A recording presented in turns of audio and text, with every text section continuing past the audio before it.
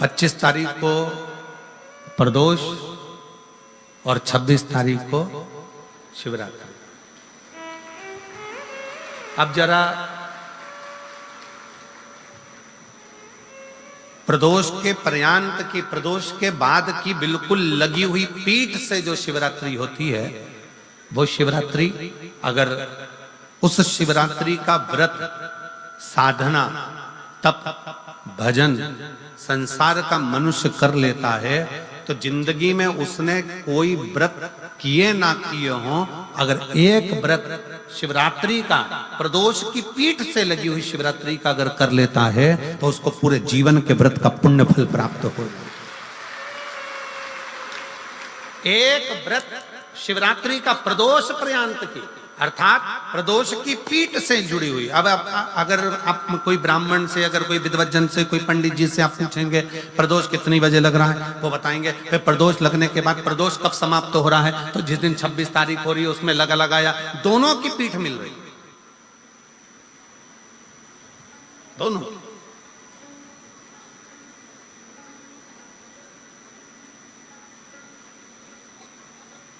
करो व्रत। आपने कितनी भी एकादशी के व्रत करे हो, कितनी भी द्वादशी के व्रत करे हो, कितनी भी चतुर्थी व्रत करे हो, कितनी भी तीज व्रत करे हो, कितनी भी अष्टमी का व्रत करा हो, कितनी भी नवरात्रि के व्रत करा हो, कितनी भी तीज का व्रत करा हो, चाहे दुनिया के कितने भी व्रत आपने करे हो, अगर आपने एक महाशिवरात्रि का व्रत नहीं करा तो कोई व्रत का पुण्य फल आपके खाते के अंतर्गत आ नहीं पाता। शिवरात्रि के व्रत की इतनी मूलता है। पर एक निवेदन है, अगर कोई बुजुर्ग है, कोई बीमार है, कोई बूढ़ा व्यक्ति है, बहुत बीमार है, तो उसको निवेदन है आप व्रत ये नहीं कि 24 घंटे का करो, आप व्रत 2 घंटे का कर लो, 1.5 घंटे का कर लो, 1 घंटे का कर लो, 15 मिनट का करो। पर निवेदन है कि जो बीमार व्यक्ति है वो आधे घंटे, 1 घंटा, 2 घंटा, 6 घंटा, 15 मिनट पर शंकर की शिवरात्रि का व्रत ये विचार कर करना, बहू बेटा नाते रिश्ते सबको कह देना। कोई बीमार व्यक्ति है ना, वो भी कह दे कि देख बेटा मेरा व्रत है, तो घर के लोग कहेंगे पापा आपकी तबीयत खराब, मम्मी आपकी तबीयत खराब, दादी आपकी तबीयत खराब, आप व्रत कैसे कर रही हो, बच्चे की व्रत, बच्चा कैसे व्रत कर रहा है, तो कह देना मेरा 2 घंटे का व्रत है, 2 घंटे मैं बाबा का नाम लेकर, जल चढ़ाकर, जल का आचमन कर कर मेरे बाबा की भक्ति कर लूं 2 घंटे की, मेरा व्रत पूर्ण हो जाएगा। मैं व्रत कर रहा हूं, आधी में पुनी, तुलसी बाबा कहते हैं थोड़े में बहुत होता है।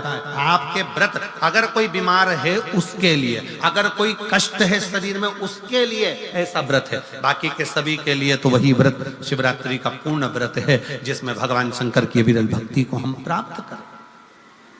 कितना विचित्र कर्म है, जरा विचार करिएगा कि प्रदोष काल का लगाया गया दीपक, प्रदोष काल, प्रदोष के दिन, प्रदोष काल का जो दीपदान होता है वो सरल नहीं होता, वो सहज नहीं होता।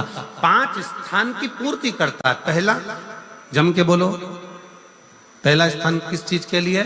काल सर्पदोष के लिए। दूसरा पितृदोष, कैसा भी तुम्हें कोई पितृदोष बता दे, कितना भी तुमसे कोई कह दे कि तेरे घर में पितृ का दोष है, तेरे घर में ये दोष है, अगर आप प्रदोष के दिन, प्रदोष काल में, अर्थात सूर्य अस्त के समय के 2:45 तक का जो समय होता है, 2 घंटे के समय का, उसके अंतर्गत अगर आप प्रदोष काल के समय में भगवान शंकर को दीप लगाने के लिए अगर पहुंचे हो तो वो आपको फल देगा ही, पितृ दोष का निवारण होगा ही, चाहे तुम कुछ करो चाहे मत करो, वो पितृ की शांति करा दे।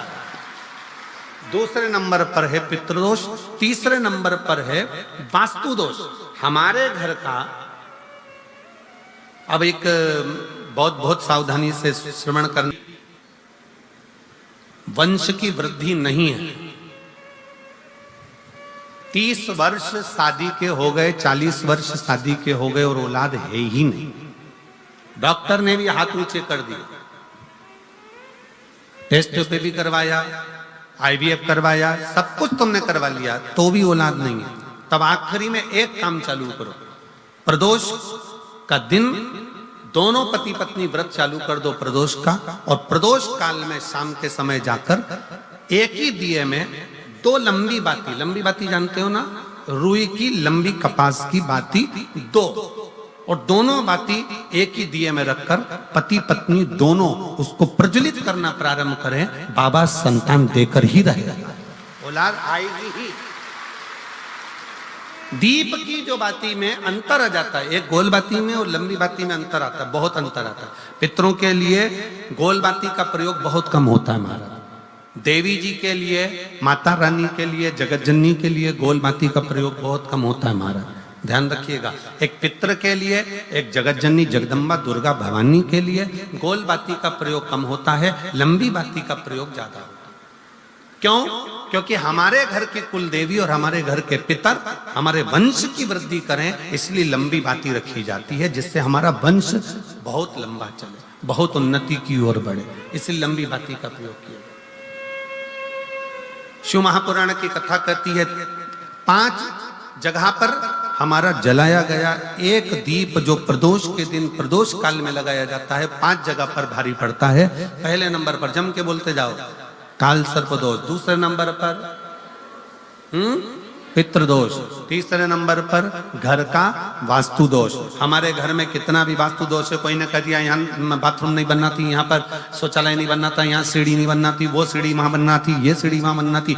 तुम पूरा घर तोड़वा के देख लो, उसके बाद में जैसा वास्तु वाले हैं वैसा करा कर देख लो, उसके बाद भी तुमको शांति नहीं मिले तो समझ लेना कि तुम्हारे घर में अब वास्तु दोष तो तुमने दिखाकर समाप्त कर लिया, फिर भी वो समाप्त नहीं हो रहा, तो प्रदोष काल का लगाया गया प्रदोष के समय का दिया आखिरी में वास्तु दोष को भी समाप्त कर देता है और उसमें भी फल प्रदान करता है। काल सर्प दोष, पितृदोष, वास्तु दोष। चौथे नंबर पर 1 रुपया कमाया, 1.25 रुपये खर्च हुआ, पैसा आया गया, ये चौथे नंबर का व्यापार में थोड़े दिन दुकान अच्छी चली, थोड़े दिन बैठ गए, थोड़े दिन काम चला, थोड़े दिन बैठ गए, गाड़ी चली थोड़े दिन फिर बैठ गए, अर्थात हमारी फैक्ट्री थोड़े दिन चली फिर बैठ गए, कहीं ना कहीं तकलीफ, थोड़े दिन खाते थोड़े दिन रोते वाला चल रहा है। तो प्रदोष काल का, प्रदोष के समय का दिया इस दुख को समाप्त कर कर रेगुलर एक जैसी सांझी, एक जैसी लक्ष्मी की वृद्धि करते चले जाए, प्रदोष काल का। और 5वें नंबर का प्रदोष काल का दिया, प्रदोष समय का दिया 5वें नंबर पर रोग का निवारण का, रोग निवारण।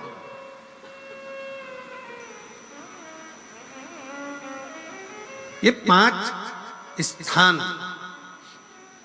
जो बताए गए हैं प्रदोष काल के दिन, प्रदोष के दिन दीप प्रज्वलन के। और अब की बार की जो शिवरात्रि आ रही है, बाबा देव अधिदेव महादेव की बड़ी कृपा है उस पर।